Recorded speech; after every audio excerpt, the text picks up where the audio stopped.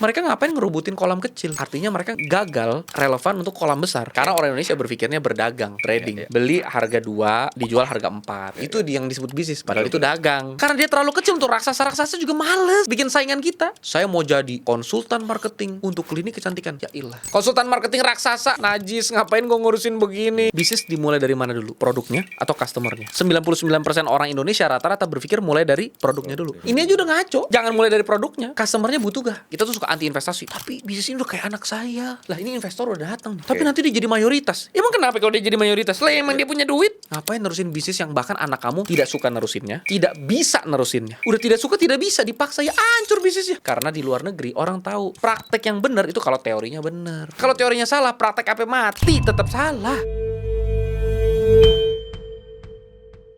Kembali lagi di Voknomics Podcast. Hari ini kita mau ngobrol-ngobrol sama seorang entrepreneur, influencer, dan juga founder, podcaster juga.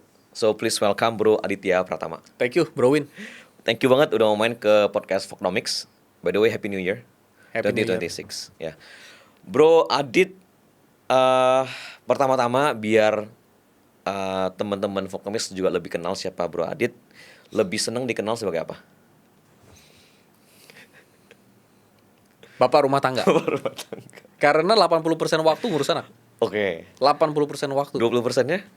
20%-nya ngajar marketing, isi podcast, nge-host podcast. Iya, itu sih. Tapi yang tadi saya sebutin bener ya? Entrepreneur juga, content creator juga ya? Ya, enggak sih. Kalau content creator enggak. Ya influencer. Ya, semacam itu mungkin ya. Oke, mungkin Bro Adit boleh dong share ke teman-teman Voknomics kayak backgroundnya Bro Adit, perjalanan karirnya sampai hari ini boleh dibilang diundang di berbagai event ya. Oke. Pertama, tidak diundang karena saya mengundang diri sendiri. Guerrilla marketing. Seriusan, saya DM-in satu-satu itu eventnya. Right. Emang kira tuh event kenal saya ya kagak lah. Saya yang kenalin diri. Wow. Kenapa saya ada di sini? Karena diundang Voknomics. Kenapa saya diundang Voknomics? Karena podcast Big Alpha kan? Ya. Kenapa saya diundang podcast Big Alpha? Karena saya minta ketemu sama Vincent sama Bro Tirta. Ya. Guerrilla marketing itu tentang jemput bola, bukan cuma nunggu bola. Right. Tapi jemput bola kalau kita udah punya umpan yang tepat, Ya. bola yang kita kejar itu juga ngejar kita. Ya. Bukannya kita kejar terus dia kabur. Bukannya negatif-negatif terus nguang-nguang kabur-kaburan kayak magnet. Ya. Kita kayak positif, dia negatif, set nempel. Oke. Nah, jadi gue sekarang umur 29 tahun. Oke. Sio tikus. Leo. Oke. Bintangnya. Anak 1, umur 4 tahun. Right. Homeschool. Jadi 80% ngurus. Nggak ada babysitter. Ada ART yang bantu cuci, masak. Tapi yang hampir semuanya aku dan istri. Oke. Jadi 80% waktu begitu. Ke Jakarta paling seminggu sekali. Makanya sekali ke Jakarta langsung 4 podcast. Betul. Hari ini 4 podcast Bro Adit. Iya, karena dari Cikarang. Oke. Dan itu benar-benar macet, bukan jauh macet. Betul. Karena nggak tahu dah, orang berdemen banget ngebenerin jalan yang tidak bolong. Ya, jalan tidak bolong dibenerin. Yang bolong malah kagak dibener-benerin. Jadi macet terus tuh tol Cikampek. Oke. Terus 8 saudara. Ada Christian, Bella, Jensen, Evan, Albert, Gilbert, Agnes. 7 adik, anak paling besar, 8 saudara. Mama tukang kue bulu tape, papa dokter umum. Tapi mama papa pisah dari saya 3 tahun. Jadi saya ketemu papa waktu saya SD kelas 6. Saya tinggal sama mama sama nenek. Nenek sudah meninggal, tapi dulu tinggal sama mama, nenek, dan 4 adik. Christian, Bella, Jensen, Evan. Keturunan Chinese, tapi susah. Karena kakek meninggal gak ada asuransi. Rumah dijual, villa dijual, mobil dijual, semua dijual. Kakek kena kanker paru-paru dan stroke. Dan ya, bukan atau. Orang bisa boleh milih, kita dua-duanya kita ambil. Kanker paru-paru dan stroke. Jadi semua habis. Lalu keluar dari satu-satunya rumah peninggalan terakhir, kontrak, habis sudah. Nah, SMA itu baru sadar kayaknya harus ngasih bantu makan orang tua nih, harus bayar kontrak nih. Ya udah, jualan apapun yang bisa dijual. Ngajar les privat bahasa Mandarin padahal kagak ngerti. Kan tapi ada buku ajarnya kan? Han Cepinin, udah kita ikutin itu aja dah. Ngajar fisika, ngajar apa. Terus waktu opa meninggal itu kan butuh biaya banyak. Sudah semuanya dijual pun, udah ngutang sama keluarga besar, masih mama ngambil banyak kartu kredit buat ditunain, buat bayar rumah sakit di Jakarta Barat. Akhirnya debt collector datang tiap hari. Jadi kalau masuk ke rumah, pokoknya pulang sekolah langsung tutup horden, tutup pintu, jangan nyalain AC karena exhaustnya di depan. Apa tuh outdoornya tuh, supaya nggak ketahuan ada orang. Tapi kalau sampai ketahuan juga, sesekali kan kita pasti kebuka pintu atau apa. Aku waktu masih kecil SD gitu keluar bilang, udah template tuh kalimat sales script. Bahasanya adalah, maaf pak, mama keluar, kuncinya dibawa. Ya kadang-kadang orang yang mau ngerti, kadang-kadang dia tetap maki juga. Kadang-kadang ngancem, serem-serem dah. Tapi lama-lama udah kebiasa bohong dari kecil, tapi kebohong yang menurutku yang menyelamatkan keluarga lah ya. Habis itu pas SMA ranking 1, somehow aku ternyata suka belajar, atau ternyata mungkin mudah buat aku belajar. Terus akhirnya mutusin mau jadi apa gede ya. Pernah kepikir mau jadi detektif swasta. Daftar ke Untar, apply beasiswa 100%. Ranking 1 tuh bisa dapat privilege apply beasiswa kan. Ranking 1 dari Tarsisius 1. Jadi lumayan dapat banyak akses. Pas apply wawancara, dia bilang kalau masalah kognitif, sangat bagus deh. Tapi tujuan hidupnya ngaco nih, kata dia. Kamu masuk fakultas hukum biar jadi detektif swasta, tapi tujuan hidup kamu juga masih nggak ada. Kamu pastiin dulu. Akhirnya mikir, apa ya, hidup mau ngapain ya. Terus nggak lama ngelihat ada saudara meninggal di Danau Sunter. Namanya ya pokoknya adalah perempuan gitu ya. Mereka boncengan naik motor berduaan, terus dijambret sama motor gede RX gitu, dijambret, tasnya diselempangin, diambil, dia jatuh, kepalanya hantem, helmnya lepas karena nggak diklik, terus kepalanya kena itu separator apalah trotoar jalan gitu, pecah dan segala macam. Pokoknya itu jadi heboh lah keluarga kita. Kayak wah gila. Di situ kita ngerasa kayak hidup bisa mati kapan aja. Jadi apa ya? Hidupnya apa sih? Mulai cari tahu. Karena selama ini sepertinya kayak ateis praktis aja sih. Keluarga juga udah jujur dah, keluarga tuh benar-benar ibarat kata di rumah duka aja masih judi gitu. Bagaimana ya, namanya orang Chinese itu kayaknya biasa dah begitu. Nenek-nenek masalahnya ini bukan orang muda. Yang judi nenek-nenek, di rumah duka judi, di rumah sakit judi, di rumah judi, pokoknya apa begitu dah. Ntar ada togel lah, ada judi bola lah, ada judi apa dah. Ibarat kata polisi juga kalau ngeliat kagak ditangkap, diketawain. Ini isi nenek-nenek judi antar keluarga gitu loh. Ya, duitnya juga kalau siapa yang menang ntar dia yang masak babi gitu, macam gitu. Jadi kita mikir kayak aku dibesarin lebih banyak sama omah akhirnya. Karena mama kan harus kerja, single parents, kerja teller bank lah, kerja apa, mama lulusan SMA. Jadi mama dulu kerja banting tulang buat bertahanin hidup. Aku digedein sama omah, nenek. Nenek buta huruf, tapi dia bisa ngerti as, king, queen, jack, joker, bisa paham. Beneran ini. Akhirnya gue potong dikit.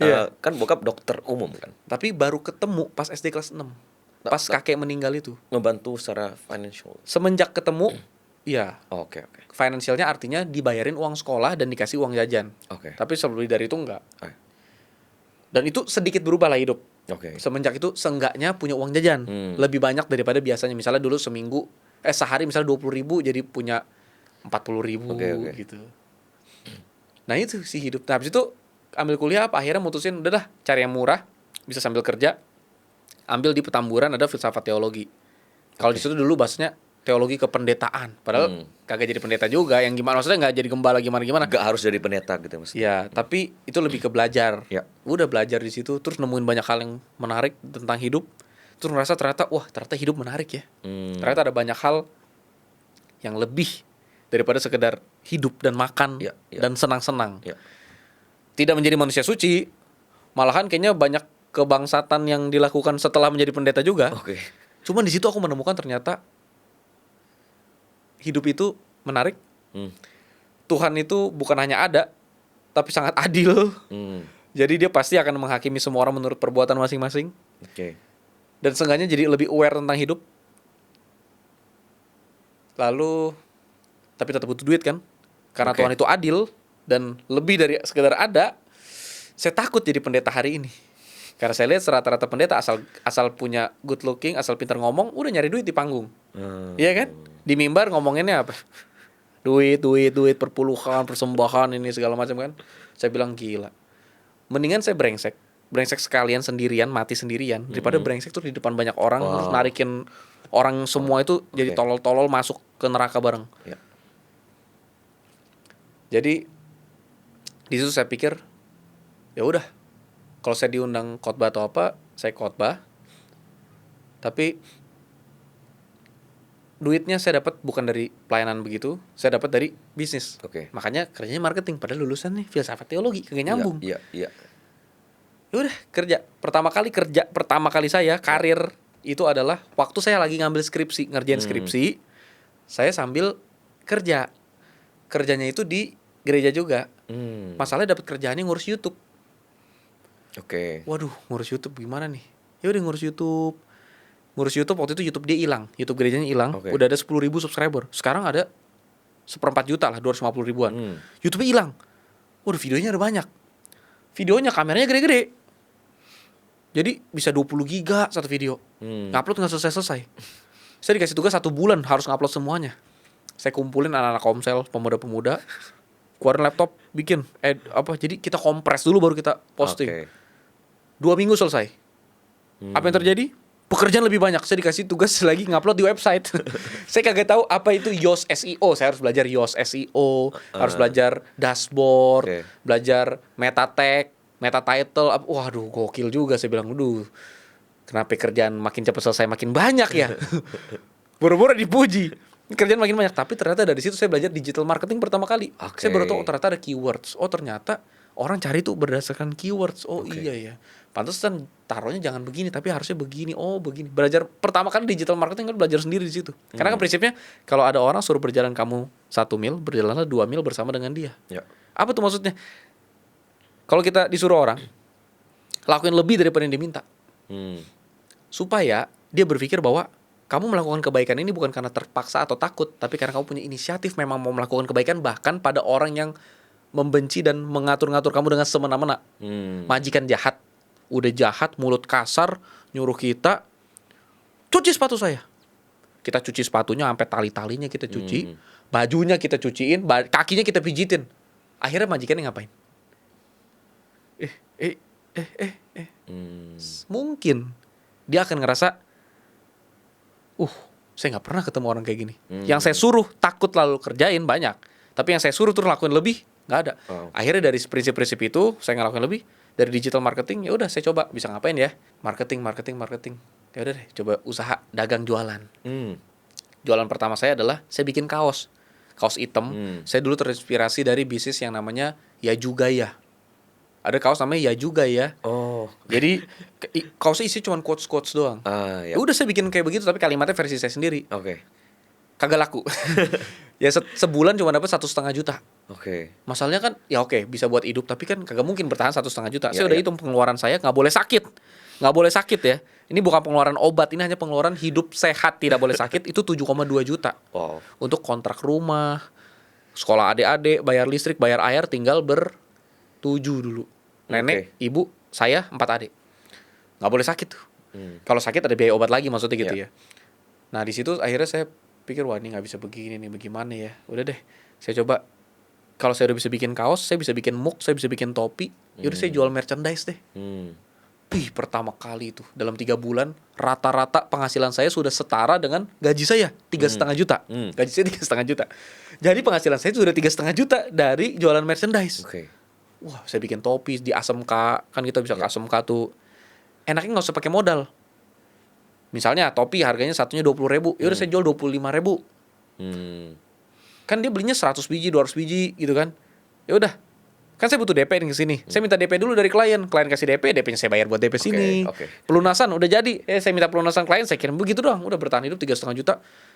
Berjalan. Terus akhirnya saya mutusin, saya ngerjain kerjaan sampingan ini butuh waktu paling 2 jam seminggu. Dapat 3,5 juta. Mendingan saya fokusin daripada saya ngantor jam 8 pagi sampai jam 5 sore Senin sampai Minggu. Senin sampai Jumat sebenarnya, tapi kan Sabtu Minggu ada kegiatan lain, rapat-rapat dan segala macam kan. Waduh. Udah deh, coba dah. Ya udah pas saya lulus Oktober 2018 saya lulus, Oktober 2018 saya resign. Jadi pas lulus sekalian kerja, karena prinsip saya gini. Kan saya waktu itu belum nikah, belum apa kan. Ya udah, kalau misalnya sampai enggak bisa makan, paling sakit mah. Tapi kalau nanti udah punya anak bahaya juga. Ya, ya. Udahlah sekarang kerja dulu. Gimana podcast hari ini? Seru banget kan? Podcast ini didukung oleh Linkit. Di zaman kreator ekonomi sekarang, semua orang pengen mencari cuan dari produk digital. Faktanya, masih banyak yang nggak tahu gimana caranya bikin produk digital yang bisa menghasilkan cuan dengan produksi sekali dan jualannya bisa berkali-kali. Ada satu website builder yang bisa ngebantu kita bikin produk-produk digital seperti bikin template untuk presentasi, bikin tracker keuangan, booking konsultasi, sampai bikin e-book sendiri. Pernah kebayang nggak?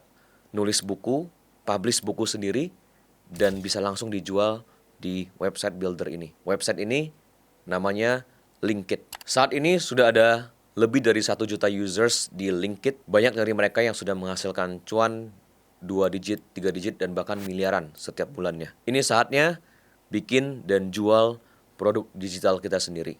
Bahkan kalau kita nggak punya produk digital kita sendiri, kita bisa daftar jadi afiliator dan kita bisa dapat cuan dari jualin produk-produk dan karya-karya orang lain. Tunggu apa lagi? Jangan ketinggalan dapetin cuan dari jualan digital produk. Buka browser kamu sekarang dan mulai bikin akun Linkit. Gratis. Akhirnya saya manfaatin Instagram. Nggak ngerti iklan, nggak ngerti teknik apapun, saya belajar cuman pakai teknik quotes. Kan saya suka bikin quotes kan, suka berpikir, suka bikin quotes. Saya bikin captionnya bagus gitu. Saya bikin hashtag. Dulu cuma manfaatin teknologi hashtag. Betul. Dapat deal klien banyak lumayan. Sebulan bisa 7-10 juta dari hashtag lu. Nggak pakai iklan, nggak pakai hashtag. Jaket baseball polos, baseball custom, jaket baseball custom. Nah, udah gitu-gitu, manfaatin hashtag. Dapat 7-10 juta rutin. Tapi saya pikir, wah ini menarik. Saya mulai juga canvassing, naik motor. Saya punya satu Honda Revo, dikasih sama pendeta juga di gereja saya. Jadi itu satu-satunya modal saya itu Honda Revo tuh. Udah saya bawa kemana-mana, saya jualan. Jadi prinsipnya sederhana. Saya berhenti, buka helm, benerin rambut, buka jaket, masuk tuh ke deretan ruko, tawarin merchandise apa segala macam. Akhirnya ada yang suka beli segala macam. Akhirnya mereka nanya, ada gak yang digital? Saya kan belajar di gereja digital kan. Ya. Udah dah, maunya bagaimana? Saya butuh website. Udah saya belajar tuh bikin website. Kan ada WordPress, Wix, segala macam. Saya belajar. Saya cari, ada yang namanya PWA, Progressive Web Apps. Jadi website, tapi bisa di-install jadi aplikasi. Okay. Bisa work offline, bisa push notif, tapi website. Wah, gitu-gitulah. Ya udah, akhirnya saya belajar bikin itu, saya jual. Saya jual pertama kali website saya, harganya 0 rupiah. Saya tawarin 10 ruko. Saya bilang ini website-nya gratis, hanya bayar server 1,5 juta setahun. Dari 10 ruko yang saya tawarin, yang oke, 1. Oke itu bukannya beli loh, gratis. Iya, iya. Saya bingung, kok bisa gitu. Akhirnya ketemu satu klinik di Jakarta Barat. Dia ngeliat website saya bagus banget. Saya beraniin diri. Iya. 3,5 juta. Bayar ya. Wah, aneh, saya bilang. Saya kasih gratis, orang kagak mau. Oke. Saya jual 3,5 juta, dia beli. Oke. Mulai saat itu saya mulai naikin pelan-pelan. 9 juta. Orang beli. Karena di website itu kliennya, pasiennya bisa booking appointment, bisa reservasi telepon, bisa lihat menu treatment, bisa gitu-gitulah. Banyak fungsinya. Oke. Saya mulai jual 13,5. Pokoknya sampai akhirnya saya jual 56 juta. Wow. Website yang sama yang saya kasih gratis loh. Wow. Di 56 juta itu sebulan saya bisa deal 1-2. Itu tuh modal nikah dari situ. Wow. Bayar kontrakan rumah, kontrakan yang tadinya kita dapat 12 juta setahun. Akhirnya aku bisa bayar kontrakan yang 40 juta setahun. Waduh, hidup udah lebih enak tuh. Oke. Abis itu kerja, mulai mereka nanya, Mas Adit, apa lagi? Mulailah buka jasa konsultasi. Awalnya gratis. Ya ampun, gratis diperlakuinnya kayak keset kaki. Dia janji ketemu jam 6. Saya datang dari jam 5. Ketemunya jam berapa? Jam 10. Wow. Disuruh nunggu. Janji jam 6, saya datang jam 5, ketemunya jam 10. Ya udah, ketemu jam 10 deh. Ya udah ngobrol-ngobrol. Omset dia stagnan 300 juta sebulan. Paling tinggi 380. Saya ubah sedikit-sedikit guerrilla marketing. Okay. Apa sih? Sederhana. Di klinik kecantikan. Seringkali klinik kecantikan strateginya apa? Sosmed, KOL, basi lah iklan. Hmm. Nggak, saya bilang ubah yang gratis tapi efektif. Apa tuh? Google rating. Oke. Rata-rata klinik waktu itu tahun 2000 berapa ya? Berapa 2019? Nggak mikir lah ke situ lah, Iya, boro-boro. iya. Saya bilang Google review, Google rating, Google My Business tuh dibenerin. Karena itu trafficnya tinggi.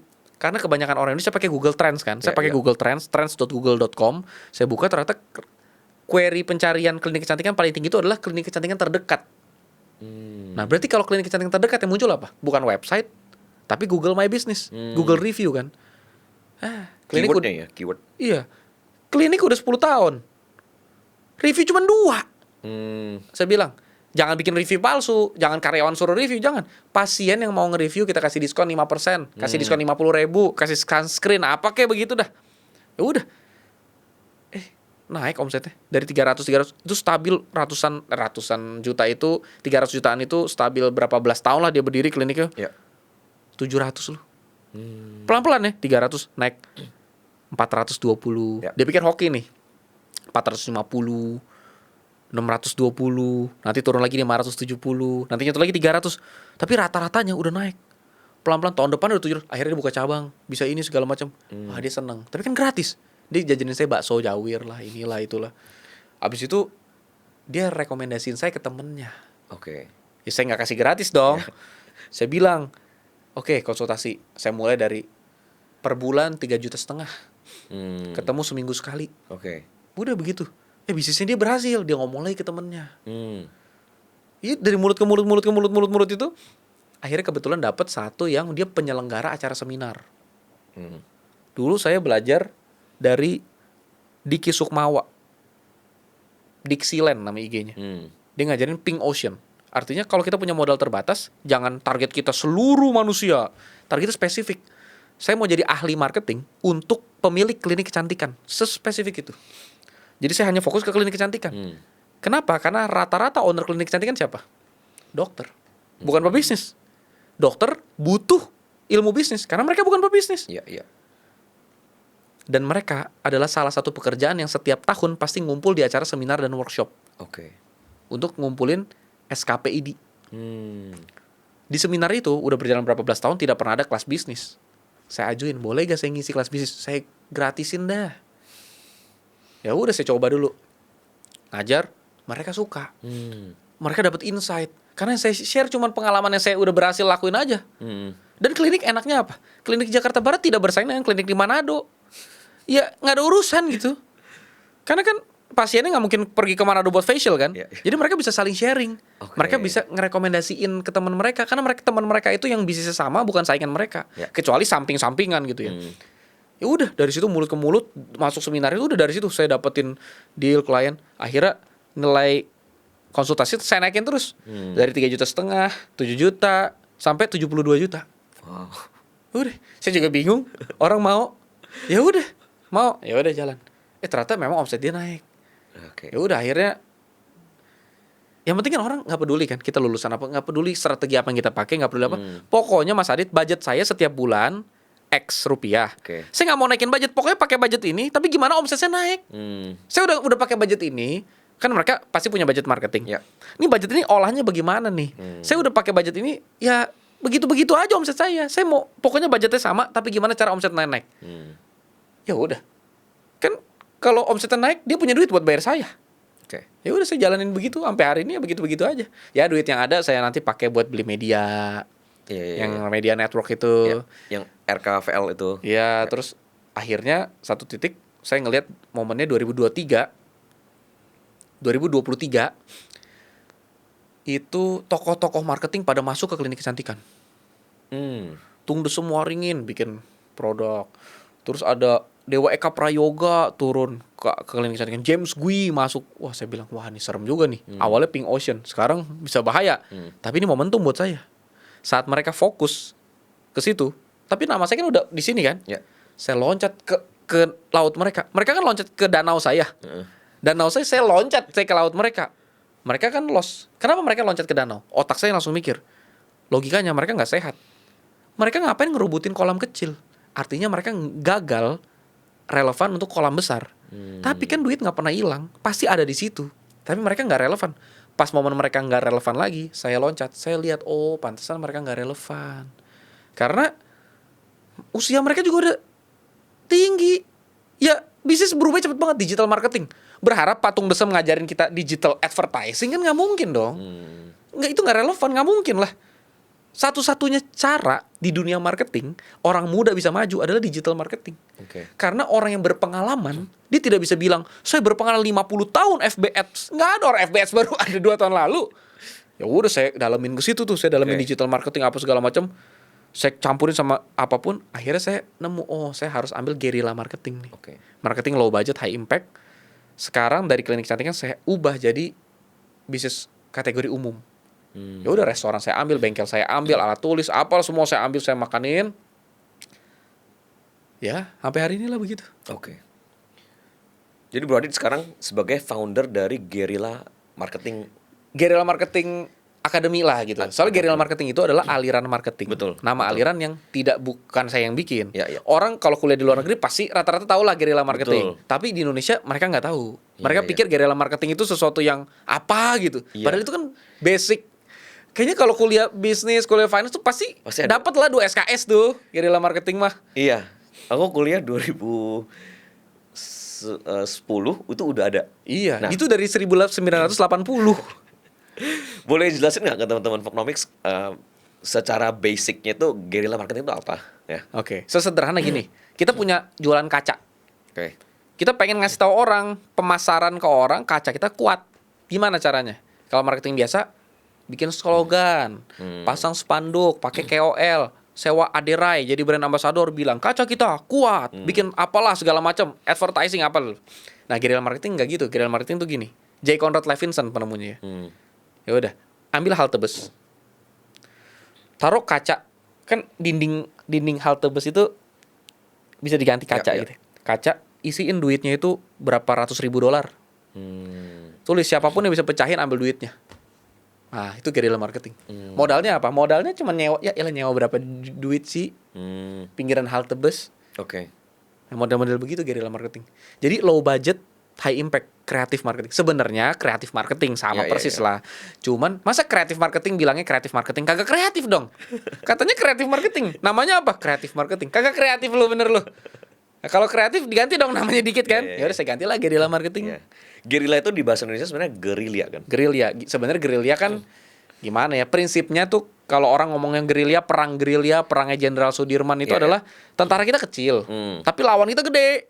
Lawannya banyak. Gimana caranya? Nggak bisa perang di atas. Iya, perang terbuka, matilah, harus bergerilya. Serangnya malam-malam, ngumpet di belakang pohon, pakai nyelundupin lewat pelacur. Lihat deh film-filmnya Rambo kan gitu kan.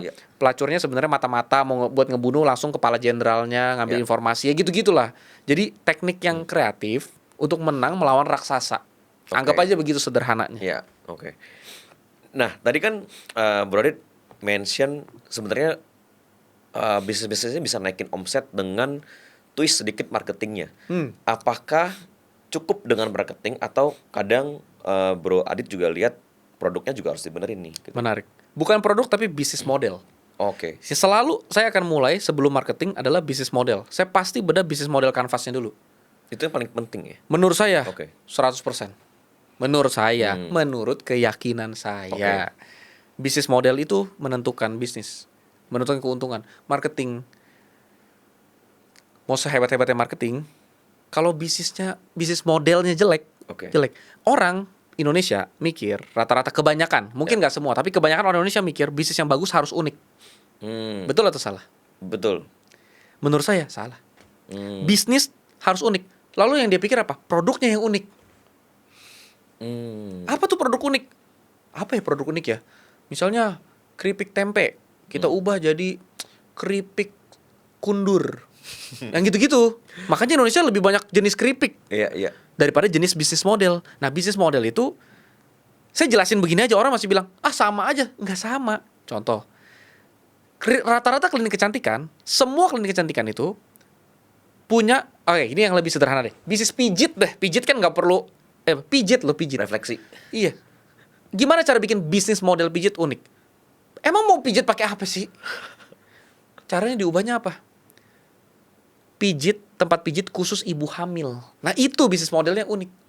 Pijitnya kan sama. Oke. Yang ubah apa? Customer segmentnya. Di bisnis model tuh ada customer segment, value proposition, channel, customer relationship, revenue stream, key activities, key resources, key partnership, cost structure. Oke. Apa yang diganti itu di bisnis pijit ibu hamil? Yang diganti adalah customer segmentnya. Customer segmentnya tadi kan semua orang. Ya. Ini kita ganti jadi ibu hamil. Kenapa ibu hamil pegel, tapi nggak boleh dipijit sembarangan, orang bisa lahiran di tempat itu. Jadi yang mijit bidan. Oke. Value propositionnya kita ganti. Pelan-pelan kan. Cuman customer segment, value proposition. Tapi kan abis itu bisnis model berubah semua tuh. Channels. Tadinya kalau pijit strateginya apa? Buka di mall. Karena orang capek jalan-jalan. Ibu hamil mungkin nggak di mall. Kita buka samping rumah sakit mungkin. Ya. Dan segala macam. Jadi ngubah bisnis model. Kalau bisnis model berubah, marketingnya menyesuaikan nanti. Marketing itu kreatif karena punya daya jual di bisnis model. Zap Clinic, saya selalu puji Fadli Sahab kan ownernya. Orang marketingnya Feirani, cerdas banget. Apa tuh cerdasnya? Yang mereka ubah apa sih? Mereka itu kan hair removal ketiak, ngilangin bulu ketek. Alat yang mereka pakai, Intense Pulse Light atau mesin laser IPL, itu dipakai sama seluruh klinik. Itu nggak spesial. Yang spesial adalah customer segmentnya. Mereka spesifikin customer segmentnya adalah orang yang punya kebutuhannya spesifik dihilangin bulu ketiak tanpa mau waxing. Tapi kan udah ada klinik kecantikan lain. Iya. Mereka nunggu nih, antrian berapa orang mbak? 2. Ternyata salah satunya benerin hidung. Satunya tarik benang. 2 jam mereka nunggu cuma ngulangin bulu ketiak 10 menit. Oke. Dibikinlah fokus cuma ngilangin bulu ketiak. Lalu apa yang diubah? Revenue streamnya, blok kelima. Revenue stream ngilangin bulu ketek apa? Ya udah 1 kali tripan 200.000. Mereka ubah revenue stream, mereka bikin subscription. Jadi bayar sekian ratus ribu misalnya, ngilangin bulu ketek sepanjang setahun, mau datang berapa kali terserah. Subscriptionnya diubah, metode revenue streamnya diubah jadi subscription. Itu kan apa yang diubah? Itunya kan gym. Dulu gym itu 400 naik jadi 500 naik jadi 600. Sekarang 100 ribuan lebih. Wheel Fitness udah jalan. Fit Hub ada banyak gym-gym yang harganya reasonable, sangat terjangkau 100 ribuan tapi bagus, mega fitness. Kok bisa? Revenue streamnya. Dulu gym dapetnya dari mana? Membership. Sekarang gym dapetnya dari mana? Tebak. Dulu dapetnya dari membership. Sekarang dapetnya dari mana? Minuman. PT. PT. PT itu bisa nyumbang 50% pemasukan. Tapi kan gak semua orang PT. Memang gak harus semua orang. 21 Cineplex. Udah pasti udah tahu dah. Duitnya dari mana selain F&B. dari film?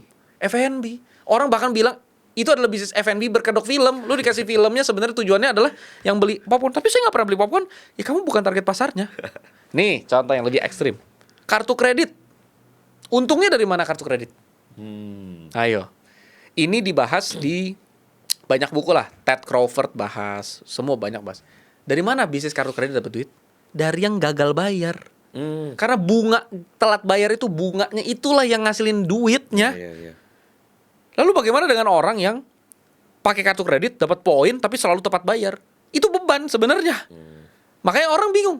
Kok lucunya ada bisnis pinjol? Pinjol apa? Untungnya dari mana? Emang sosial itu pinjol. Iya. Nah, poinnya adalah revenue stream itu ngebuka pikiran kita tentang bagaimana sebenarnya dunia ini bekerja, bagaimana uang ini bekerja.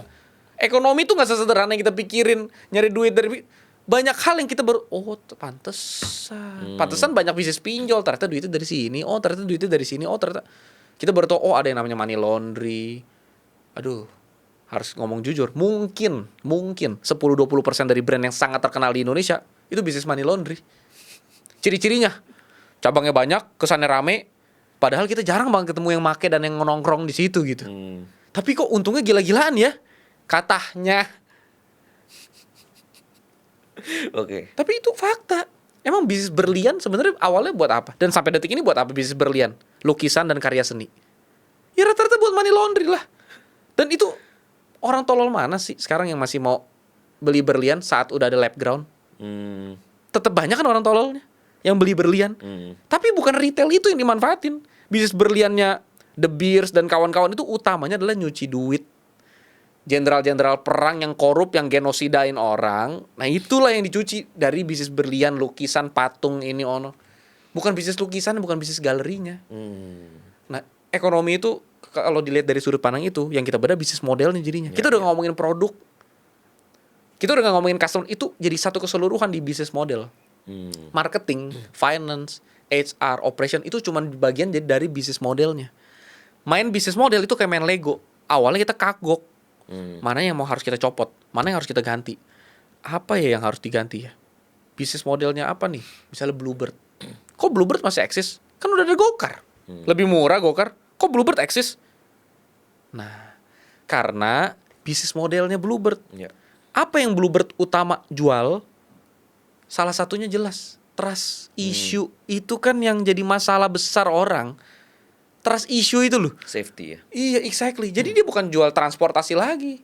Nah, bisnis model itu bukan cuma gimmick-gimmick. Untuk level atas itu sangat dipakai. Masalahnya untuk level bawah, di pikiran orang rata-rata bisnis harus unik, produknya harus unik. Bisnis harus unik, bisnis modelnya bukan produknya.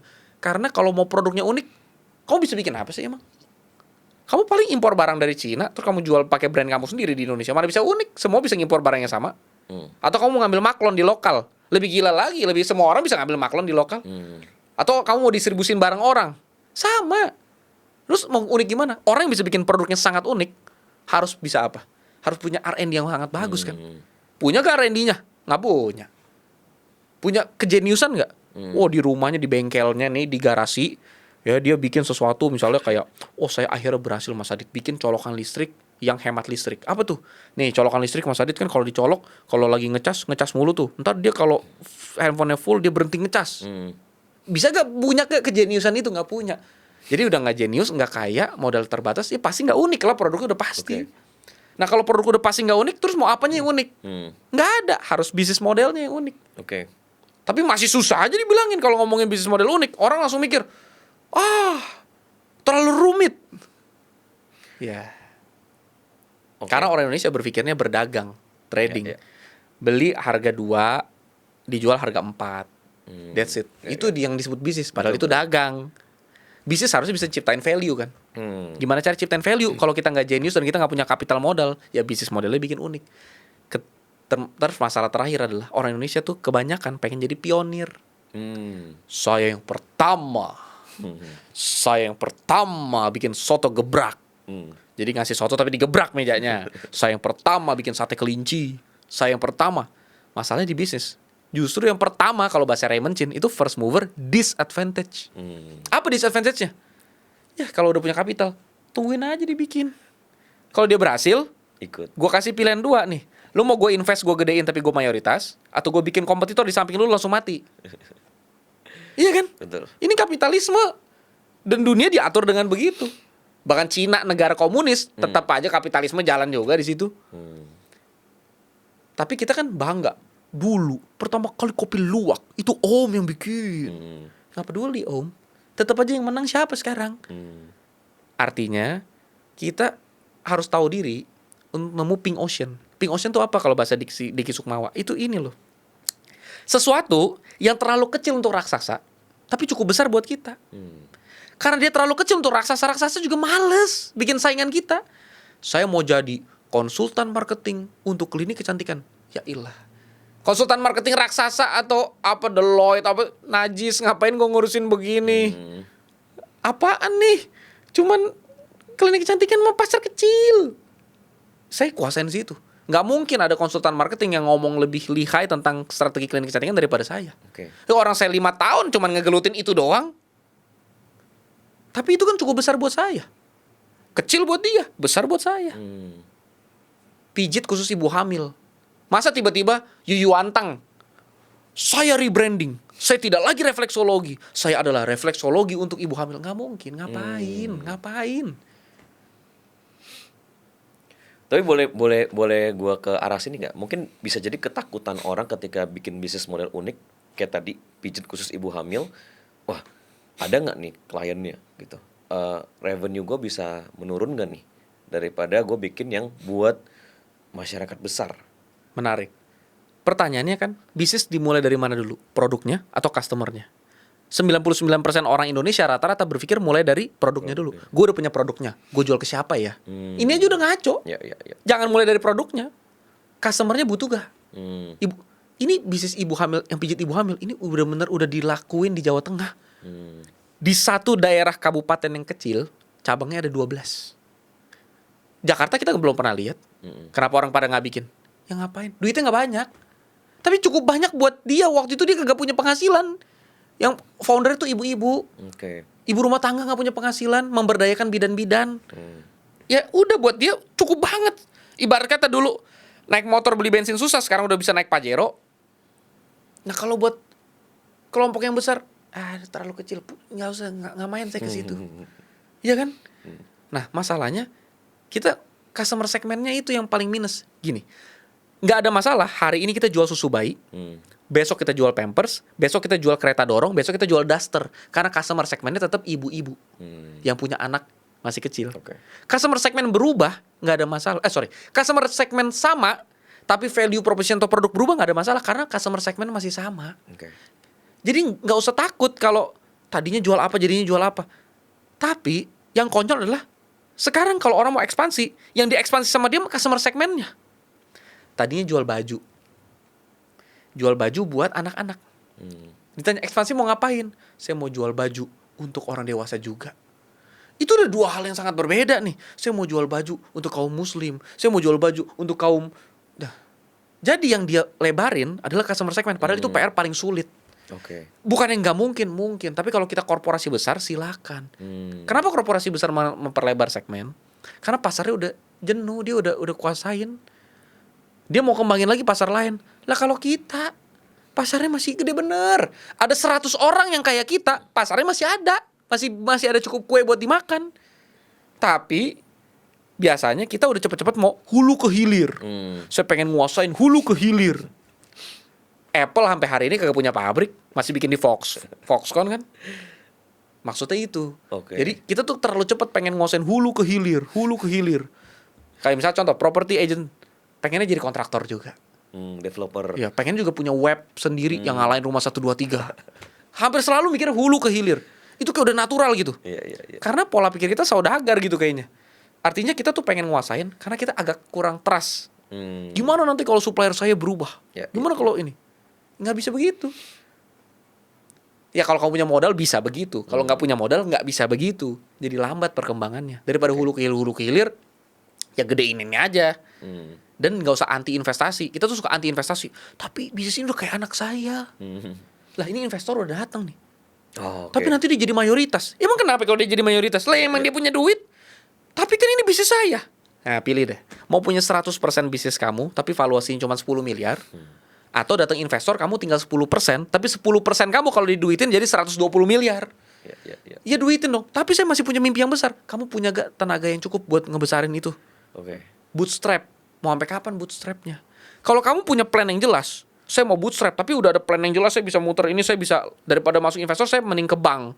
Saya punya gini-gini. Silakan. Punya gak? Itu aja nggak punya. Selalu bentuknya di mana? Hiring SDM. Kenapa hiring SDM? Masalah kebanyakan bisnis sekarang adalah tidak berani memecat foundernya lalu menggantikannya dengan CEO profesional. Jujur ngomong, kamu mungkin founder yang hebat, tapi kamu bukan CEO. Kamu bisa dapat ide, benar-benar terbukti berhasil. Mundur, kasih CEO yang profesional jalanin. Malu. Ini anak saya. Itu bukan anak kamu.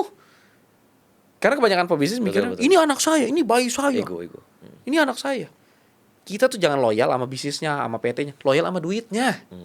Pokoknya di mana ada duit kita kejar. Mau di investor, invest. Ntar saya bikin bisnis lain yang baru. Kecuali kita punya plan yang sangat profound, mendalam, kuat. Tanpa investor saya bisa jalan. Jadi bootstrap awal gini, silakan. Punya gak? Nggak punya. SDM rendahan, tim nggak jelas, rekrutmen berantakan.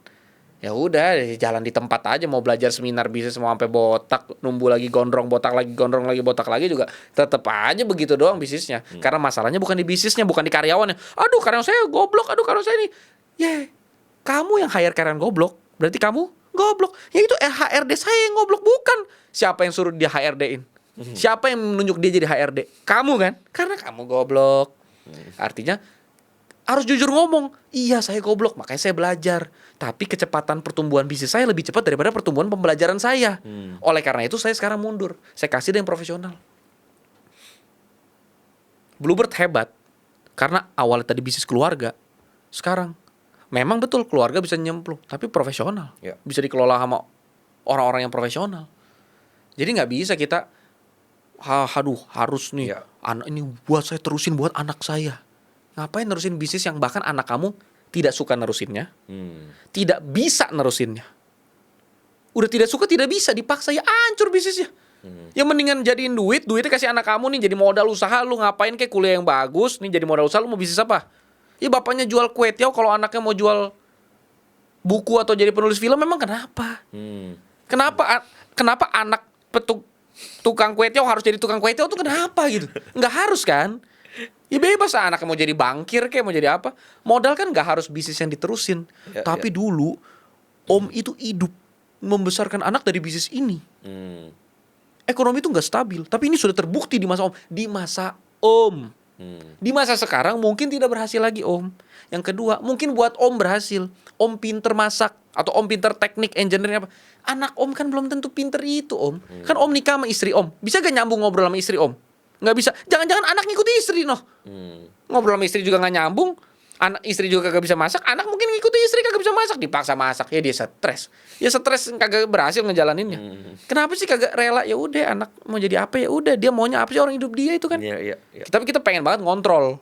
Pokoknya harus. Saya kecewa kalau enggak. Itu. Menarik banget. Gimana podcast hari ini? Seru banget kan? Podcast ini didukung oleh Edutify. Di era sekarang, semua orang punya potensi buat jadi kreator. Tapi masalahnya, gak semua orang tahu harus mulai dari mana. Disinilah Edutify masuk. Edutify adalah platform belajar yang dibuat khusus buat kamu yang mau upgrade skill di dunia digital. Mulai dari konten, editing, storytelling, sampai memahami algoritma. Bukan teori kosong, tapi ilmu praktis yang dipakai para kreator dan praktisi industri setiap hari. Kurikulumnya terarah, singkat, dan to the point. Kamu bisa belajar cara bikin video yang menarik, nulis konten yang ngena, bangun personal brand, dan bahkan bisa dapetin trik-trik teknis yang biasanya cuma dibocorin di kelas premium. Dan yang bikin Edutify beda adalah pendekatannya. Semua materi dirancang biar mudah dipahami, bahkan buat kamu-kamu yang masih pemula. Formatnya ringkas dan visualnya friendly, jadi kamu bisa belajar sambil praktek, bukan cuma nonton. Edutify juga update terus. Setiap bulan ada materi terbaru, insight terbaru dari algoritma, dan juga studi-studi kasus yang relevan dengan kondisi digital sekarang. Jadi kamu nggak bakal ketinggalan tren. Intinya, Edutify adalah tempat buat kamu yang mau naik level sebagai kreator. Lebih percaya diri, lebih terarah, dan lebih tahu cara main di dunia digital. Kalau kamu serius pengen berkembang, Edutify adalah langkah awal yang paling masuk akal. Biar lebih konkret ya bro, biar lebih konkret, ini kan di tahun 2026 mungkin banyak anak muda yang mau bikin bisnis, mau bikin sesuatu. Berarti kalau dari yang Bro Adit ngomongin, berarti mereka harus pikirin bisnis model yang unik dulu. Exactly. Bisnis model yang unik itu selalu bisa ada prototipenya. Satu, ada caranya Faisal Al-Edrus. Cara dia apa? Setiap kali dia bikin bisnis model yang unik, dia tes diiklanin. Bisnisnya belum ada, produknya belum ada, dia bikin aja brand apa gitu, dia iklanin dulu. Ada gak yang makan iklannya dia? Kalau ada yang makan, dia minta maaf lah, produknya belum ada gitu kali. Tapi yang pasti dia iklanin dulu, dia tes ada ke pembelinya. Atau kedua, kalau bukan pakai cara yang Faisal Al-Edrus, tap in ke bisnis yang udah gede. Misalnya, kita tahu nih, wah ada banyak tempat pijit, kita pengen bikin tempat pijit khusus ibu hamil. Kerjasama sama tempat pijit itu bilang, saya boleh gak sewa satu ruangan, di sini saya kasih jasa tambahan, ini ruangan khusus ibu hamil, nanti saya taruh orang di situ. Tes dulu, kalau itu aja kagak ada atau itu nggak bisa, ini buat apa? Tapi kan orang sejujurnya, kenapa banyak orang impiannya banyak, planningnya banyak, tapi nggak dieksekusi? Bukan karena dia nggak mau, bukan karena dia menunda, bukan karena dia males, tapi karena dia takut kalau dia lakuin terus gagal gimana? Karena kalau dia nggak lakuin, dia bisa membayangkan dan itu menyenangkan. Impian itu seperti penjara yang indah kan? Wah. One day ya gue bakal bikin bisnis ini nih. One day. Dia takut jadiin day one karena dia takut gagal kan. Dan kalau gagal dia malu. Dan itulah kenapa sistem pendidikan kita dan keluarga kita itu memberikan tepuk tangan anak yang mana? Anak yang pinter, bukan anak yang berusaha. Anak yang pinter karena DNA pun ditepokin tangan. Udah jelas bapaknya dokter, ya anaknya pinter. Ya anaknya pinter terus tepokin tangan. Dia akhirnya ngerasa identitas dia pinter. Padahal pinter itu harusnya adalah sesuatu yang dia lakukan, bukan dia menjadi apa. Oh, tindakan kamu pinter. Tapi bisa gak orang pinter tindakannya bodoh? Sangat mungkin. Jadi yang pinter itu tindakannya, bukan nilainya. Nilai tinggi. Ya kalau lu emang IQ lu tinggi, lu belajar sebentar langsung jago, nilai lu tinggi. Itu pinter. Bukan, pinter itu adalah anak yang susah belajar, nilainya tadi 3. Sekarang dia belajar gila-gilaan, nilainya sekarang 5. Sekarang nilainya 6. Nilai 6 itu tepokin tangan 2 kali lipat itu. Kamu nilai harus bisa 10, cuman 9 kalau ditepokin tangan cuman gara-gara kamu IQ tinggi. Nah, itu jadi kalau sekarang dia mau bikin bisnis model, eksekusi langsung. Memang berat. Tidak seperti dia segampang ngomong. Ya memang kagak segampang ngomong, siapa yang bilang gampang? Tapi apakah kalau susah itu kagak dijalanin? Iya. Tapi kan berat, gak segampang ngomongan lu bro, lu cuma bisa ngomong. Lu berharap gua apa? Ini kan podcast, ya ngomong lah. Gua mau joget. Gimana sih? Banyak orang komen gitu. Alah, lu mah di podcast cuma bisa ngomong. Coba lu tebak, kira-kira di podcast gua bisa apa selain ngomong? Joget gua nih di sini. Nah, lu lah yang ngelakuin hidup lu. Iya. Nah, kalau dia ngelakuin sesuatu sekarang, dia ngelakuin apa? Belajar dulu bisnis model. Ada bukunya Business Model Generation yang tulis Alexander Osterwalder, baca dulu. Tapi teori itu gak penting, yang penting praktek. Itulah kenapa kamu miskin, karena kamu goblok. Karena kata Timothy Ronald begitu. Saya sangat setuju. Dalam konteks ini, orang tuh banyak terlalu meremehkan teori. Semua orang bilang, alah bisnis itu gak penting tuh teori, yang penting praktek. Kata siapa? Coba lihat, banyak pebisnis masih belajar. Lihat dong, kenapa podcast bisnis luar negeri banyak ditonton. Kalau podcast gosip di Indonesia banyak ditonton. Karena di luar negeri orang tahu praktek yang benar itu kalau teorinya benar. Nah, kalau teorinya salah, praktek apa mati tetap salah. Setuju. Kerja keras. Apanya? Kalau yang dikerjain salah, mau keras mau lembek kagak ada hasilnya. Jadi Indonesia tidak kurang bangun pagi. Indonesia salah satu negara yang bangun paling pagi. Indonesia nggak kurang begitu-begituan. Yang Indonesia kurang adalah ilmu yang tepat. Dan itu nggak bisa harapin kurikulum berubah. Ya. Belajar baca buku sendiri, otodidak. Udah nggak usah harapin, tapi memang ini salah pemerintah, ini salah Kementerian Pendidikan membuat kurikulum merdeka. Udah nggak usah pusingin dah. Baca bukunya. Emang kurang ilmu di buku. Ilmu di buku itu, jangan ngomongin buku teks yang ada di sekolah, buku yang ditulis sama praktisi loh. Ya. Mau belajar finance, baca tuh bukunya praktisi finance. Mau belajar bisnis, baca bukunya praktisi bisnis. Mau belajar sales, baca bukunya praktisi sales. Dan ilmu mereka itu bakal bisa langsung diserap dan langsung dieksekusi. Udah pasti itu udah natural. Tidak mungkin orang kerja setiap hari sales, baca buku sales tapi gak dipraktekin, itu tidak mungkin. Itu akan ngalir. Bahasanya begini, apa yang keluar dari mulut itu yang memancar dari hati. Ya. Nah, kalau hatinya goblok, yang keluar dari mulutnya goblok. Itu gak bisa dibohongin. Nah, kalau isiin otak sama ilmu, itu tidak mungkin nggak keluar. Terang itu kagak mungkin ditaruh di bawah kursi, pasti ditaruh di atas. Kalau kamu terang, masa kagak kelihatan kamu ada di bawah kursi? Kalau kagak kelihatan, berarti lu gelap. Kenapa ya saya nggak dapat promosi? Karena kamu nggak layak. Kalau kamu layak, pasti sudah dapat promosi. Apakah saya kurang menjilat? Saya mah idealis, saya nggak akan menjilat. Enggak, lu mau jilat, lu coba sekarang jilat, lu langsung dipecat kali. Najis kamu jilat-jilat saya. Karena bukan hanya tentang menjilat, apa kapabilitasnya? Kapabilitasnya nggak ada. Betul, memang perlu komunikasi ke atasan. Ya. Oh, saya mah kerja nggak usah ngomong, yang penting kerja. Kata siapa yang penting kerja?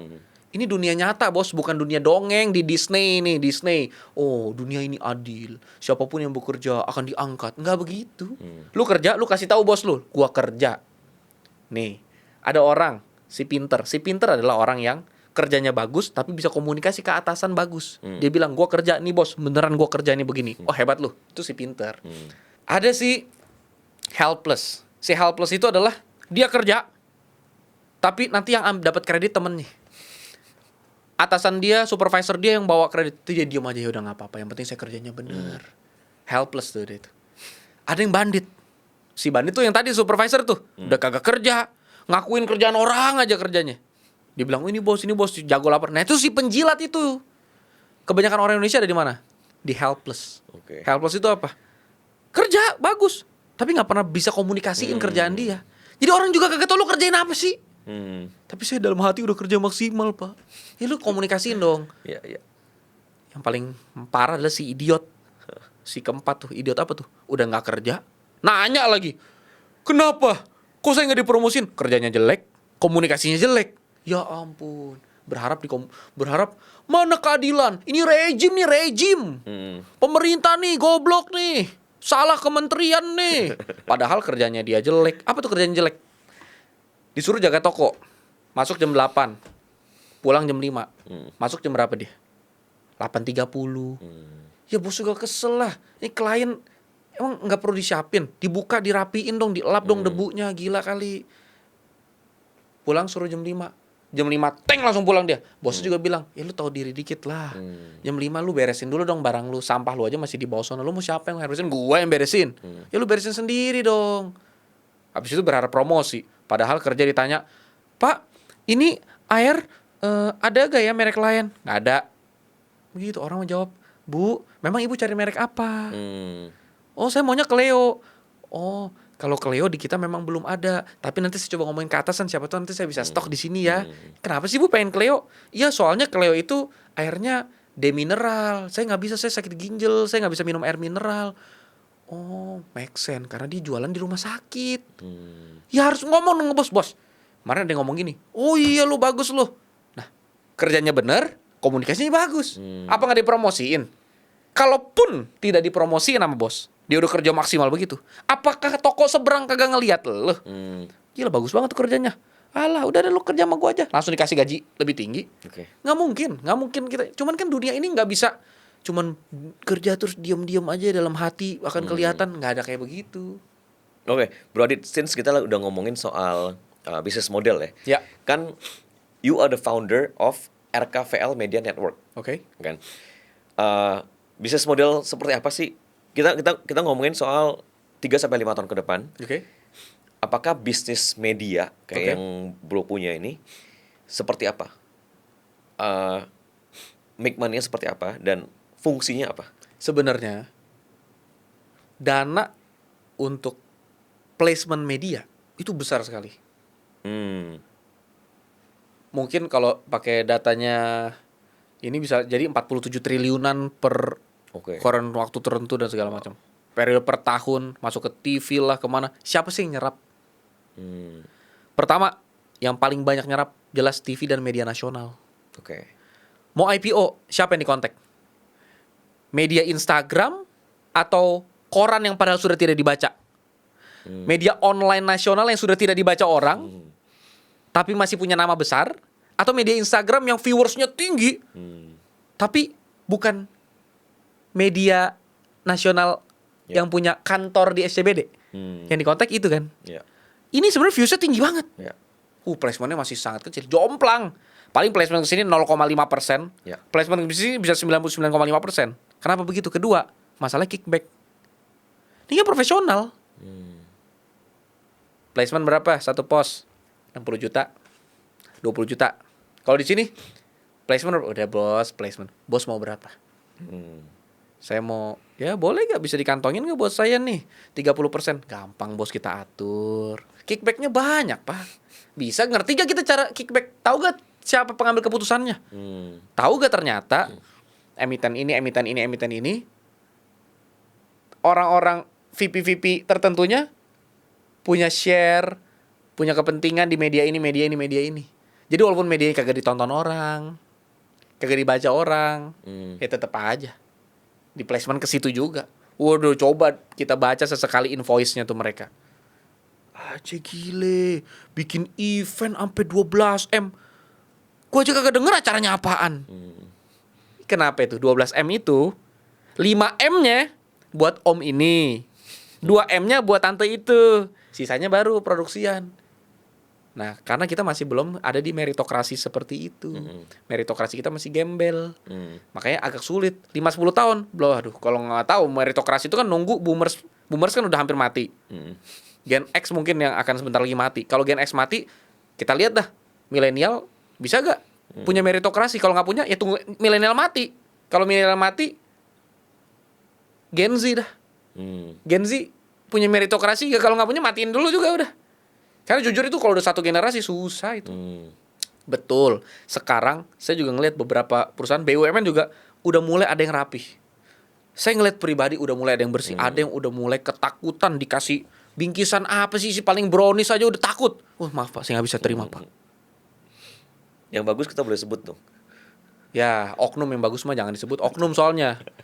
Ya soalnya kalau yang bagus masih oknum tuh kayaknya bukan BUMN ya, kayaknya mungkin dianya berakhlak. Oke, buat teman-teman ngerti RKVL Media Network sekarang Kayak kalau ada Fox Daily, Ya. IDN Feeds, Fox Prime, Fox First, The Founders Daily, The Journalist, CDC Network, itu semua under Union Post, RKVL. itu semua RKVL. Kita ada follower 3 juta, reach account 18 juta orang pembaca setiap bulan, Oke. viewsnya 40 sampai 50 juta Oke. per bulan. Oke. Model begitu. Tapi kalau nanya bisnis model, ini adalah alat saya buat networking. Oke. Saya kalau mau networking sama orang gede, apa yang mau saya put on the table? Apa? Dia butuh saya buat apa? Dia butuh saya buat paparan. Ya. Orang gede butuh popularitas. Dia kaya tapi dia tidak terkenal. Banyak orang yang kaya pengen berdampak. Banyak orang yang kaya pengen terkenal. Banyak orang yang kaya pengen punya influence. Dia butuh apa? Butuh media. Saya siapin medianya. Duitnya dari mana? Ya, kita bisa ambil dari kantong kiri masuk kantong kanan lagi. Oke. Tapi kalau dari medianya sendiri kita harapin dari situ, rasanya sih tidak terlalu menarik. Oke. Mendingan jualan bakso ibarat kata. Bakso Afung tuh. Wah iya. Kue tiaw Aho kayaknya duitnya jauh lebih banyak daripada rata-rata bisnis media. Ya. Media, new media, homeless media gitu-gitu. Tapi kalau media nasional mah duitnya masih mantep itu. Makanya mereka bisa punya tower. Tapi tahu gak cara main mereka? Soalnya gue sempet denger kayak gini bro. Ini mungkin sebelum kita closing ya. Kalau nggak salah ini Raffi Ahmad pernah ngomong IP itu nantinya tuh bisa senilai tower-tower di SCBD. Oh iya, Setuju gak? setuju sekali. Dokter Tirta IP dong berarti di bawah RKVL itu. Tapi dalam artian yang aku maksud, aku nggak ngarah ke situ karena IP itu butuh investasi yang luar biasa. RKVL Media Network nggak ada satu rupiah pun modal buat tingkatin IP mereka. Karena semata-mata orang baca semua RKVL Media Network karena beritanya relevan. Coba kita masukin berita yang nggak relevan, langsung reach-nya rendah. IP yang dimaksud itu, yang aku berharap IP yang maju, itu bukan dalam konteks media begini. Oke. Sesederhana Jumbo misalnya. IP yang punya story yang kuat, pengikut yang loyal, Bestayo. Oke lah. Kalau mau yang lebih profesional, Jakarta X Beauty, JXB. Nah itu keren tuh. Makanya lihat rata-rata media yang gede-gede lah, lihat grupnya Pak Cete. IP-nya ngapain ujung-ujungnya? Bikin event. Female Daily bikin event. Lihat sekarang, berapa banyak liputan 6 tiba-tiba punya conference. Big Alpha conference, Ya. Finfolk conference. Kenapa conference? Padahal itu bakar duit. Ya. Mau ningkatin IP. IP itu modalnya gede banget. Nah, homeless media mana kuat buat bikin begitu. Nah, itu agak berat. Jadi, mau nggak mau memang larinya harus ke situ. Ya. Tapi kan perjalanannya kalau nggak punya modal bikin conference yang gede-gede dan secara cepet, ngapain? Ya udah, organic growth aja. Cuman jangan punya ekspektasi terlalu tinggi. Kalau punya ekspektasi terlalu tinggi, kita berharap seperti media nasional punya tower. Kata siapa? Raffi Ahmad. Emang Raffi Ahmad itu dari mana? Dari bikin IP. Masa? Udah nonton Mens Rea belum? Iya kan? Raffi Ahmad itu dari mana? Nggak tahu saya mah. Tapi poinnya adalah ya begitu. Oke. Tapi harus diakui, Indonesia harapan masa depannya itu IP. Menurut Dr. Tirta dan saya sangat mengamini. Itu seperti Korea Selatan. Pas dia lagi growth, dia mainin IP. Entah itu mau dalam bentuk K-pop, K-drama, IP atau intellectual property, itu butuh storytelling. Storytelling tuh penting banget. Kalau teman-teman mau belajar storytelling, yang saya saranin itu foundernya Humans. Top tuh, Mas Rizky ya. Itu bagus. Oke. Storytelling itu penting. Nah, tapi balik lagi, ya kita pasti organic growth. Karena kalau Korea Selatan untuk IP-nya itu yang dukung pemerintah. Tapi kalau ngomong storytelling, pemerintah kita jangankan dukung. Storytelling diri mereka sendiri aja gagal. Storytelling diri mereka sendiri loh, gagal gitu. Gimana mereka mau dukung negara kita storytelling? Aduh, pusing dah. Oke, itu for another discussion ya. Oke, to close, Bro Adit. Apa yang lu lihat untuk 3-5 tahun ke depan dari, kan soalnya you are marketing specialist kita sebutnya. Apa yang lu lihat dari sisi marketing? Apakah bakal ada perubahan dengan cara bisnis marketingkan produk atau jasa mereka dalam 3-5 tahun ke depan? Yang sudah pasti, dulu kita masih punya kesempatan direct sell. Oke. Orang belanja ke toko kita ibarat kata. Kalau digital orang belanja ke IG kita, ke website kita, ke all shop kita. Tapi semenjak TikTok merevolusi penemuan social commerce, pertama kali di dunia ada aplikasi yang berhasil. Instagram berusaha. Social commerce itu adalah social media tapi juga e-commerce. Itu sulit sekali. Karena Instagram bikin Instagram shop, ada gak yang belanja? Ya ilah, minim bener. Apaan tuh kita klik Instagram shop lari ke website? Apaan sih begitu? Shopee bikin Shopee Fit. Kita bisa tuh posting foto anak lagi main balon di Shopee. Siapa yang mau baca? TikTok bisa. Dia bikin tuh sosial media tapi jadi e-commerce. Dia bisa bikin impulsif secepat itu. Ya. Lalu semenjak itu apa yang abis itu TikTok lakuin? Dia monopoli semua pasarnya. Dia punya database dong. Mana produk yang bagus? Oh, hijab. Dia bikin sendiri hijab, dia lempar. Hijab 1.000. Bisa ngelawan hijab 1.000. Hijab harganya 1.000. Harga jualnya 1.000 gratis ongkir. Coba pikir dulu dah tuh. Itu pengrajin hijab. Gila nih, ini apaan? Kenapa begitu? Karena dia nguasain pasarnya. Ya. Kita belanjanya sama dia. Dia tahu semua datanya. Dia tahu siapa yang suka belanja apa, kapan, berapa duit. Dia hidup mati ekonomi kita nih. Itu dia yang milih.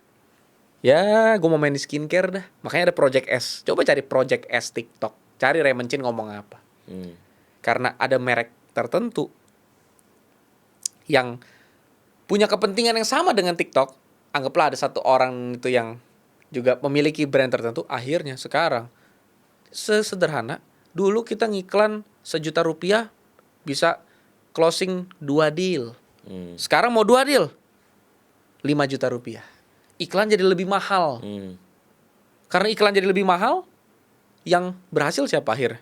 Yang berhasil adalah produk-produk yang punya kepentingan sama si platform.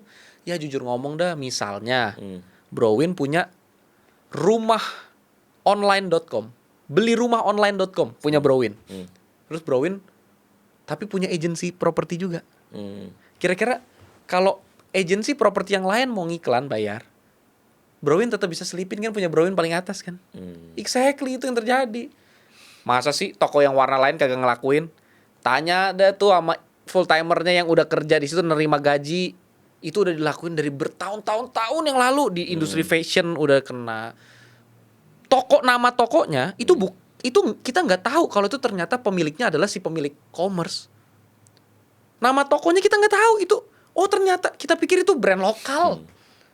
Ternyata itu pemiliknya, ya itu dia lagi yang punya commerce juga. Nah, itu kan mau gimana? Jadi kalau tanya marketing, pelan-pelan semuanya pasti singularity. Apa tuh singularity? Mereka berharap one day di dunia ini, ini agenda mereka pastilah. Karena keuntungan bisnis mereka paling gede di sini. One day di dunia ini, semua orang belanja lewat social commerce mereka, titik. Hanya pecel lele tuh kagak usah deh pakai social commerce mereka, belanja aja di situ. Tapi segala sesuatu yang bisa dibeli online. Siapa yang mendukung itu? Kita juga. Kenapa kita mendukung? Karena kita dijebak sama sistem kapitalis dia yang sangat kuat. Apa tuh? Contoh, Google matiin media-media berita-berita zaman dulu. Gimana caranya? Bloomberg, New York Times. Kenapa? Gimana cara sikatnya? Orang kalau mau cari apa-apa harusnya cari di newyorktimes.com. Tapi apa bisa lawan googles.com? Kalau New York Times nggak mau relevan sama Google, New York Times bisa simpen kan eksklusif konten yang nggak bisa keluar di Google. Mau nggak mau dia harus jalanin itu untuk dapat duit. Ya. Tapi kalau nggak sekuat New York Times, mau nggak mau kita di indeks sama Google. Ya. Sama persis kayak sekarang social commerce. Faktanya kita punya toko offline. Kita jual pot bunga nih 20.000. Di toko online kita jual berapa?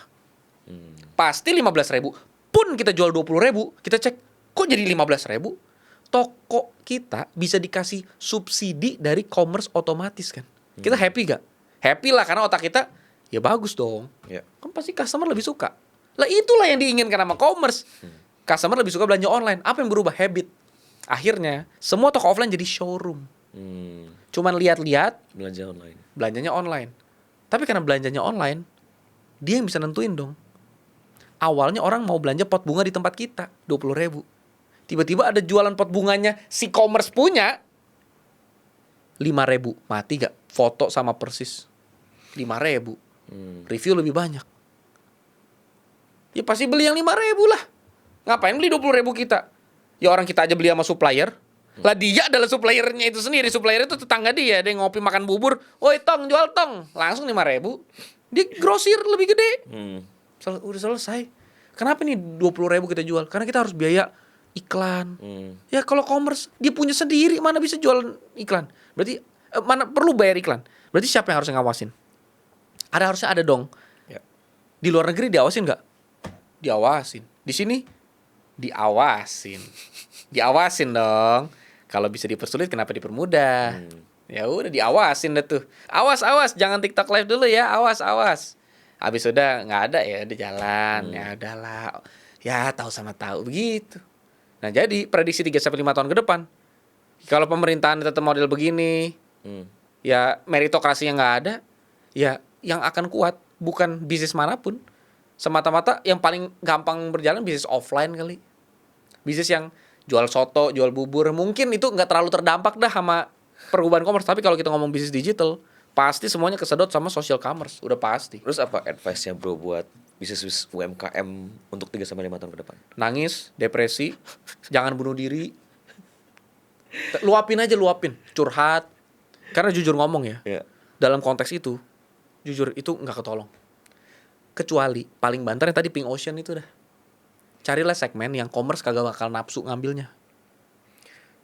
Oke. Sisir penumbuh rambut, misalnya gitu. Sisir buat orang botak penumbuh rambut, ini contoh ya.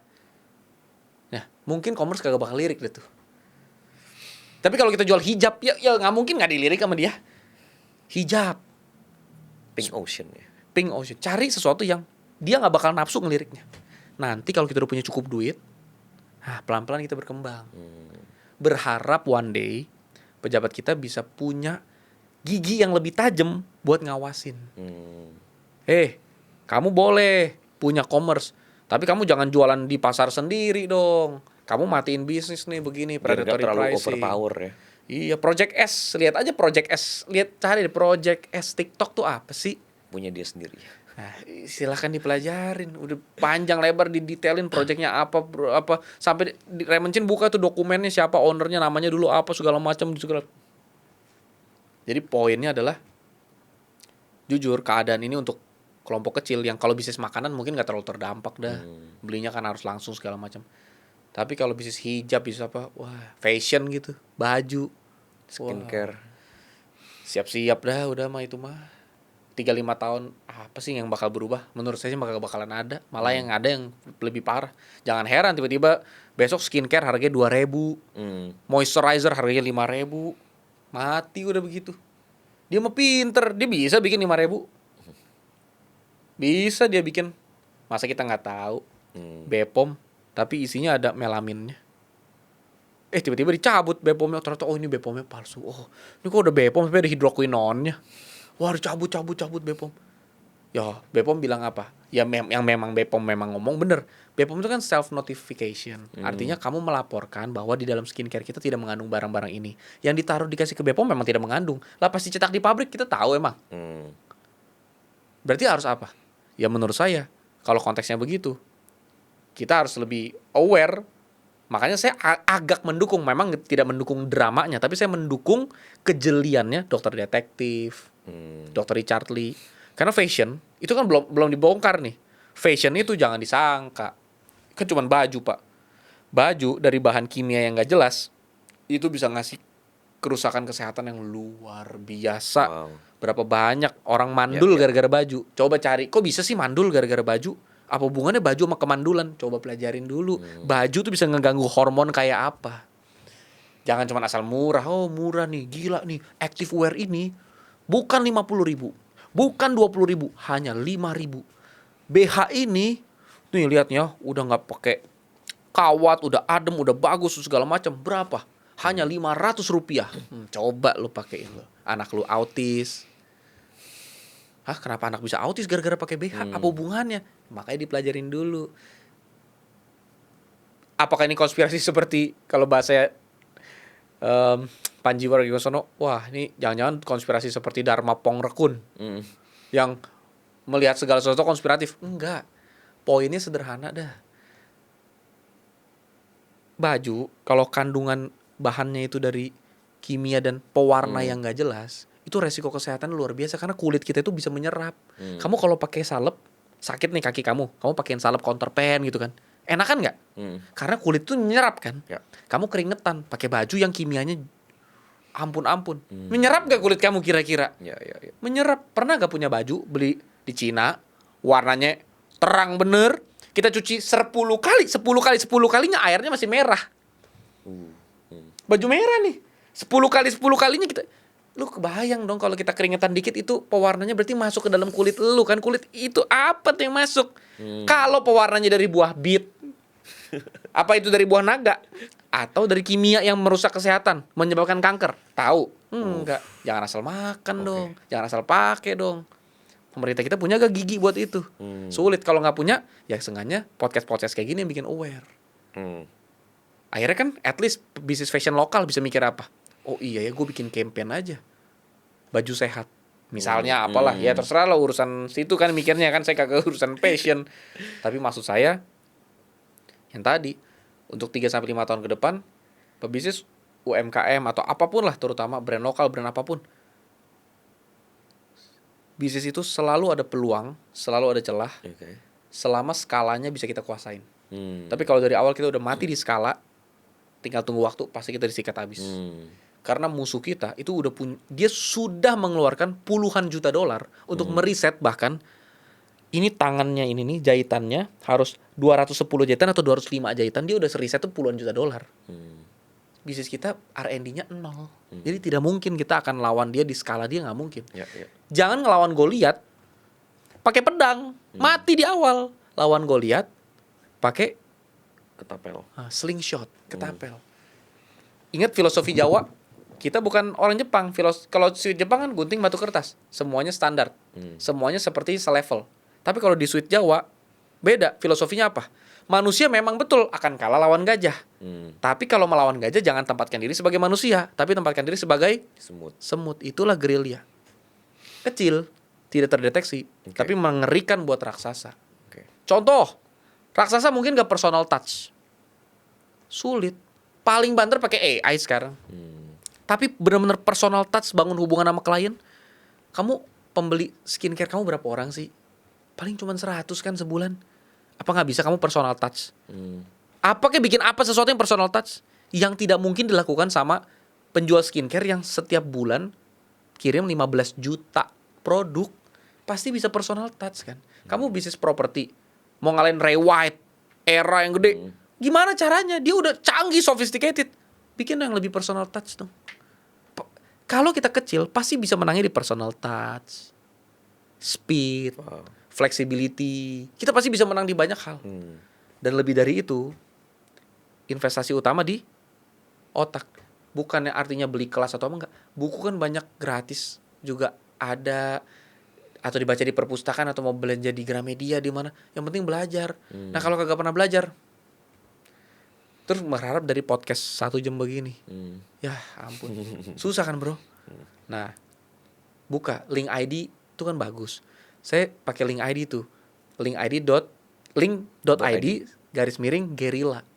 Nanti bisa taruh linknya. Linknya ada di bio saya, bio Instagram Pratama.Aditya. Itu di link bionya tuh link ID, link.id /gerilla. Kamu klik di situ. Ada free book. Saya yakin, bro kan temannya Agus Leo. Kasih tahu Bro Agus Leo. Kata Adit adalah orang nomor 1 di Indonesia yang link ID page-nya paling panjang sedunia. Tolong bro, buka bro. Bantu bro, buka langsung sekarang, buktiin bro. Gue udah buka sih actually. Udah buka? Udah. Panjang nggak bro? Panjang. 700 buku bro gue taruh. Oh 500 plus ya, 700 sudah. Sekarang udah 700 dan setiap minggu gue nambah 120 buku. Iya. Gratis. Itu 0 rupiah. Free ebook ya. Lu kalau buka dashboard link ID gue, setiap bulan yang download bisa 4.000, 6.000 orang. Iya. Keuntungan gue 0 rupiah. Tapi gue dapat apa? Revenue-nya dari mana? Database. Iya, Gue punya nama, nomor telepon, bisa gue follow up, bisa gue tembak iklan apa segala macam. Tapi itu bisa lu manfaatin. Udah nih gue kasih tahu cara manfaatinnya. Download. Lu isi aja kalau lu ngerasa database lu penting banget gitu. Wah, saya jenderal, saya nggak mau database kesebar. Taruh aja emailnya apa kek. Saya budi@gmail.com, nomor telepon 0011. Gue nggak peduli. Duit gue udah banyak, gue udah cukup makan. Lu yang goblok harus belajar. Nah, lu download. Oke. Belajarin, download, baca. Nanti jadi pinter. Itu isinya adalah ringkasan buku bahasa Inggris yang bahkan tidak dijual di toko-toko buku di sini, bahkan belum diterjemahin. Buku bahasa Inggris, ada yang udah diterjemahin tapi kebanyakan belum, yang gue ringkas terus gue terjemahin jadi bahasa Indonesia. Lu baca selesai 15 menit. Linknya ada di YouTube. Kalau kagak dikasih, tanya ada di kolom komen ya. Tapi poinnya adalah itu link.id /gerila. Lu download deh tuh semua buku. Itu 700 buku. Detik ini 700 buku. Nah, setiap minggu update 120 buku. Oh, wow. Dan itu gue sendiri setiap hari gue baca satu. Gue punya komunitas ngebacain itu bro, setiap hari. Kita kirim laporan baca. Gue hari ini baca buku Moneyball.